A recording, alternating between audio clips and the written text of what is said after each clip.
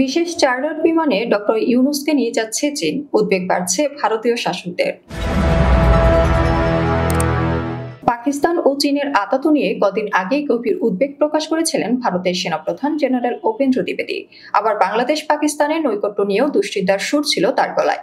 এবার ভারতের চিন্তা নিশ্চিতভাবেই বাড়াবে বাংলাদেশ ও চীনের কাছাকাছি আসা। আগামীকাল ২৬ মার্চ বাংলাদেশের অন্তর্বর্তী সরকারের প্রধান উপদেষ্টা মোহাম্মদ ইউনূস যাচ্ছেন চীন সফরে। সূচি অনুযায়ী ২৭ March doctor Yunus Boao forum for Asia annual কনফারেন্সের অধিবেশনে যোগ দেবেন ও তিনি চীনের স্টেট কাউন্সিলের নির্বাহী ভাইস প্রেসিডেন্টের সঙ্গে তার দেখা হতে পারে। ২৮ মার্চ চীনের প্রেসিডেন্ট শি জিনপিং এর সঙ্গে দ্বিপাক্ষিক বৈঠকেও বসার কথা তার। ওয়াকিবহাল মহলের দাবি, ভারতের চিন্তা বাড়াবে ডক্টর ইউনূসের সফরের প্রক্রিয়া এবং চীন বাংলাদেশের সম্ভাব্য আলোচনার নেপথ্যে থাকা সম্ভাব্য কয়েকটি বিষয়। সূত্রের খবর, বাংলাদেশের প্রধান উপদেষ্টাকে চীনে উড়িয়ে নিয়ে যাওয়া হবে চীনের এই বিশেষ চার্টার বিমানে। ডক্টর ইউনূসের চীন সফর মাইলফলক হবে বলে এদিন মন্তব্য করেন ঢাকায় নিযুক্ত চীনের রাষ্ট্রদূত ইয়া ওয়েন। রোববার ঢাকার বিদেশ সচিব মোহাম্মদ জসিমউদ্দিনের সঙ্গে বৈঠক শেষে সাংবাদিকদের উদ্দেশ্যে তিনি বলেন, অপেক্ষা করুন এবং দেখতে থাকুন, এই সফরের গুরুত্বপূর্ণ ঘোষণা আসতে পারে। ইউনূসের চীন সফর নিয়ে সরাসরি কোনো মন্তব্য না করলেও সূত্রের খবর, শনিবার সংসদীয় কমিটির বৈঠকে বাংলাদেশ চীন সম্পর্ক প্রসঙ্গে বিদেশমন্ত্রী জয়শঙ্কর বলেন, এক্ষেত্রে চীন ভারতের শত্রু নয়, বরং তারা আমাদের প্রতিদ্বন্দ্বী মাত্র। সূত্রের খবর, চীন বাংলাদেশ বৈঠকে আলোচনায় বাংলাদেশের দুটি পরিত্যক্ত এয়ারস্ট্রিপ নতুন করে চালুর বিষয়ে আলোচনা হতে পারে। এর একটি লালমনিরহাটে, অন্যটি সিলেটের মৌলভীবাজারে। এই দুটি এয়ারস্ট্রিপ বাংলাদেশের স্বাধীনতার পর থেকেই অচল পড়ে আছে। আগে এগুলো সচল থাকলেও যাত্রী পরিবহন কমই হতো।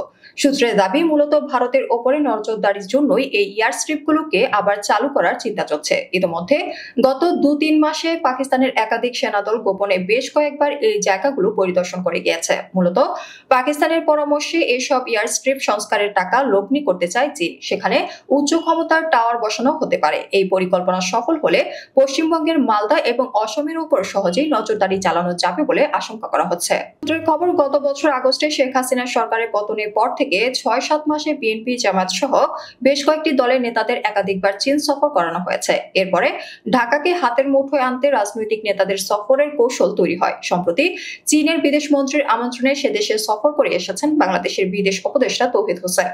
তারপরে ডক্টর ইউনূসকে সরাসরি ঢাকা থেকে চীনে উড়িয়ে নিয়ে গিয়ে বৈঠকের প্রস্তুতি এবং পুরনো দুটি এয়ারস্ট্রিপকে নতুন করে সাজানোর ভাবনা কৌশলগত দিক থেকে ভারতের কাছে চিন্তার এমনটাই মত। তারপরে ডক্টর ইউনূসকে সরাসরি ঢাকা থেকে চীনে উড়িয়ে নিয়ে গিয়ে বৈঠকের প্রস্তুতি এবং পুরনো দুটি এয়ারস্ট্রিপকে নতুন করে সাজানোর ভাবনা কৌশলগত দিক থেকে ভারতের কাছে চিন্তার, এমনটাই মত কূটনৈতিক বিশ্লেষকদের বড় অংশের।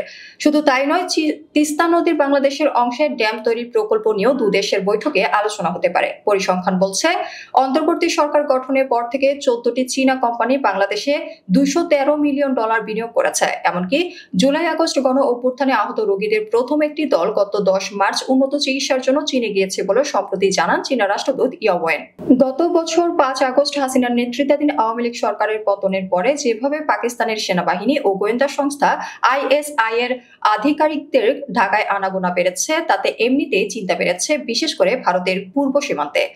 এর উপরে আবার বাংলাদেশের কঠোরপন্থী নেতারা বারবার হুঁশিয়ারির সুরে কখনো 7 সিস্টারকে আলাদা করার হুঁশিয়ারি দিয়েছেন, কখনো বা তাদের মুখে শোনা গিয়েছে বাংলা বিহা ওড়িশাকে ছিনিয়ে আনার হুমকি।